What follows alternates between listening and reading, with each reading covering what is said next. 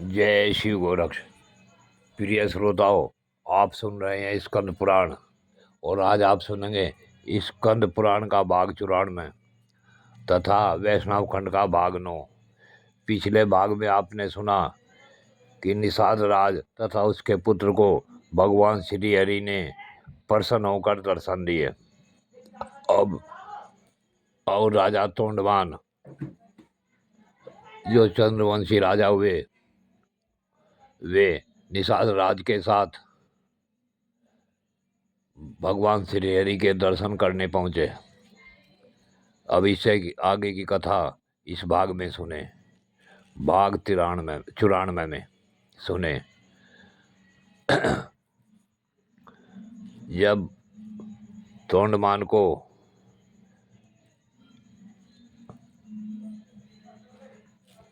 वरदान प्राप्त हुआ तब वरदान पाकर राजा पुनः सुखमुनि के आश्रम में गए और उन्हें प्रणाम करके बोले कि हे मुनिवर, हे महर्षि, आप कमल सरोवर का महत्व मुझे बतलाइए।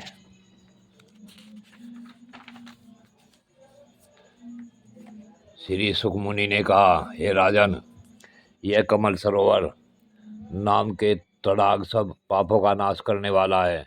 कीर्तन, स्मरण और स्नान करने से यह मनुष्यों को इस पृथ्वी पर लक्ष्मी प्रदान करने वाला होता है।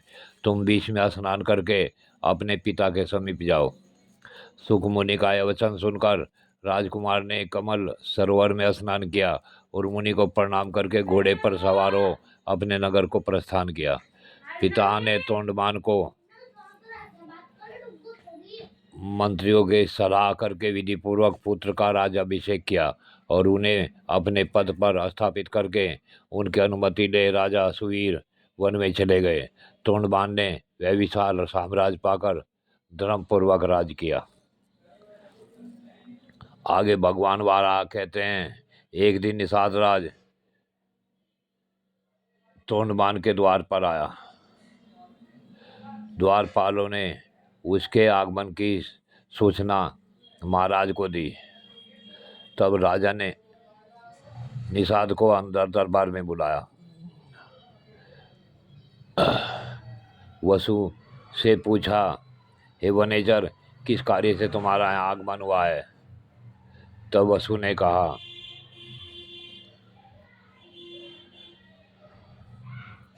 हे राजन, मैंने वन में एक बड़े आश्चर्य की बात देखी है, उसे सुनिए।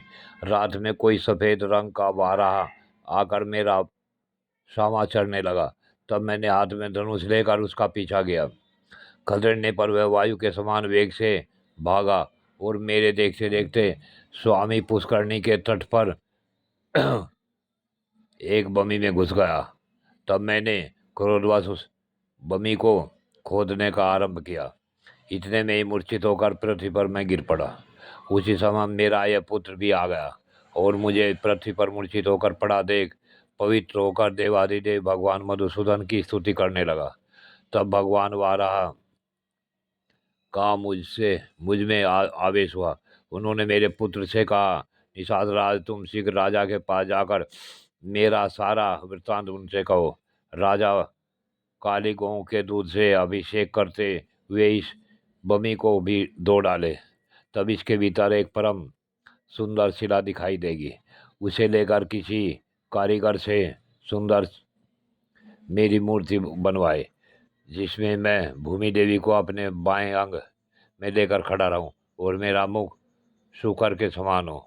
मूर्ति तैयार हो जाने पर बड़े बड़े मुनीश्वरों और वैखनस महात्माओं के द्वारा उसकी स्थापना कराकर स्वयं तोंडमान भी उसकी पूजा करे। यो कहकर भगवान वाराह ने मुझे छोड़ दिया। तब मैं स्वस्थ हो गया। हे देवादिदेव भगवान वाराह आपसे क्या कराना चाहते हैं, यह बतलाने के लिए ही मैं यहाँ आया हूँ।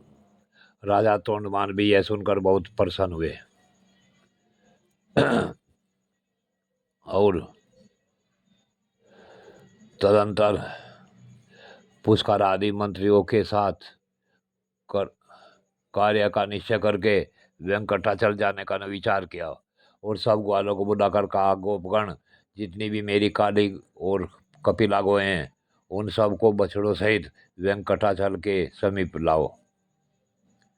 तब उपयुक्त मुहूर्त में घोड़े पर सवार हो राजा तोंडमान घर से चले और बिल के पास पहुंचकर वहीं उन्होंने नगर बनाया। उस समय देवाधिदेव भगवान ने स्वयं राजा को यह आदेश दिया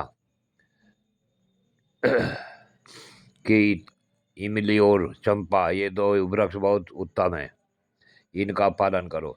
इमली मेरा आश्रय है और चंपा लक्ष्मी जी का स्थान है।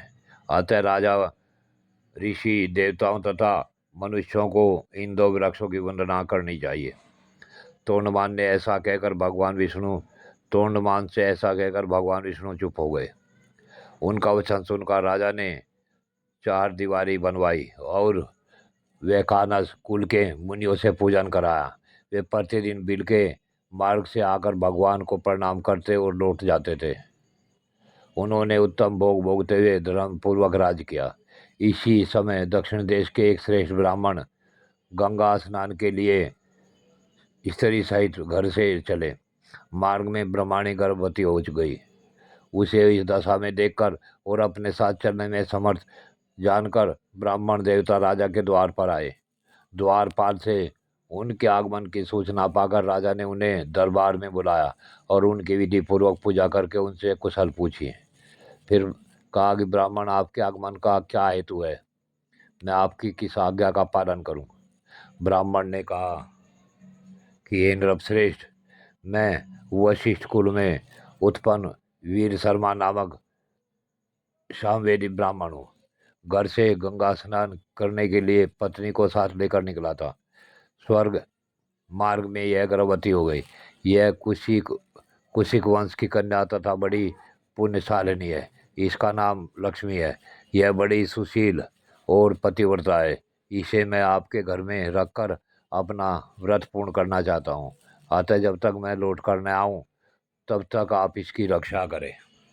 प्रिय श्रोताओं, आज की कथा यहीं पूर्ण होती है। इससे आगे की कथा अगले भाग में। जय शिव गोरक्ष।